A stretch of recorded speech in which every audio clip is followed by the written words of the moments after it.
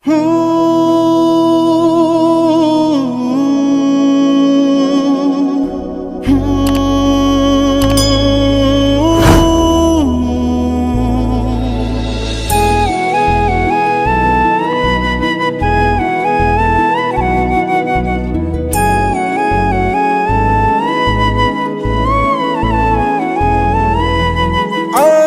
masa pangri pangdo jeng toy jeng ni arani.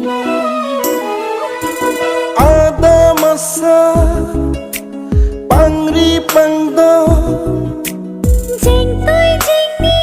arani nikai kahon suli panopi lanang pansi nikai kahon suli panopi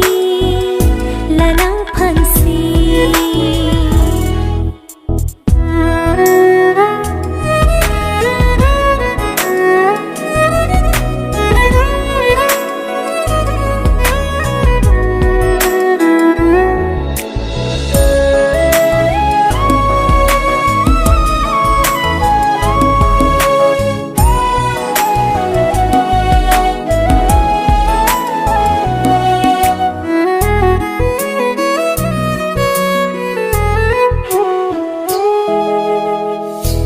Long bi har long bi aro ning thungsi bini ne adam phu nang ke adam phi.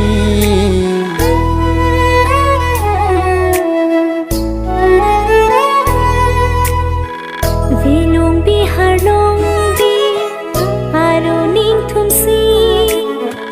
pini nang adam phu neke adam phi kang honate mo along itung ka bochilo nang nang man richo nikiri chupilo nikai ding pi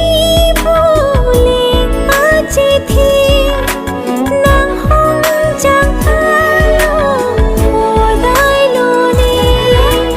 Kisum ke boy go ta me non thira reng rap na ne kaya long se me doa deng lo pini sulang dorana ni hua kengri neka kang hon suri panong pi nang pansi.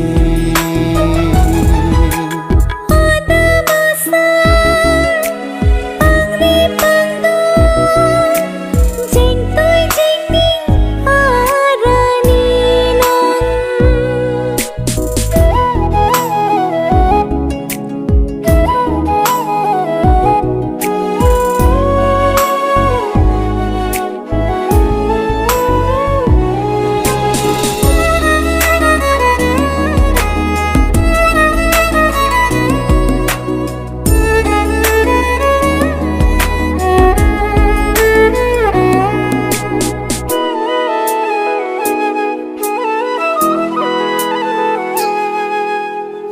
Riro palar lo akang hon pini cheo chi koson singwe pini run ho ong ori penro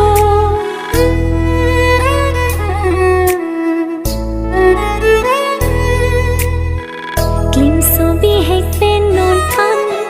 pu ana kang hon ke o pini pen ne long le lo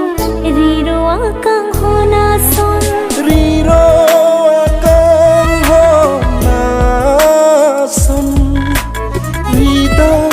etalong dam de binong bonta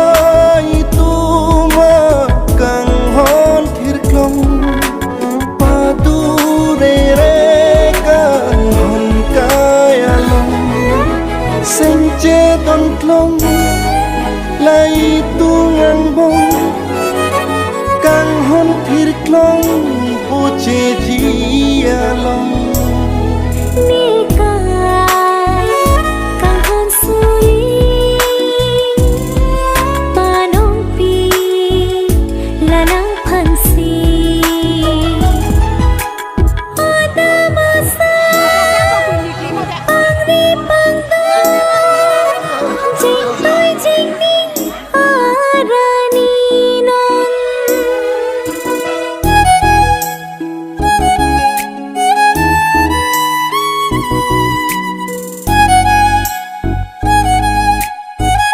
Adama sararni kang honi nang loji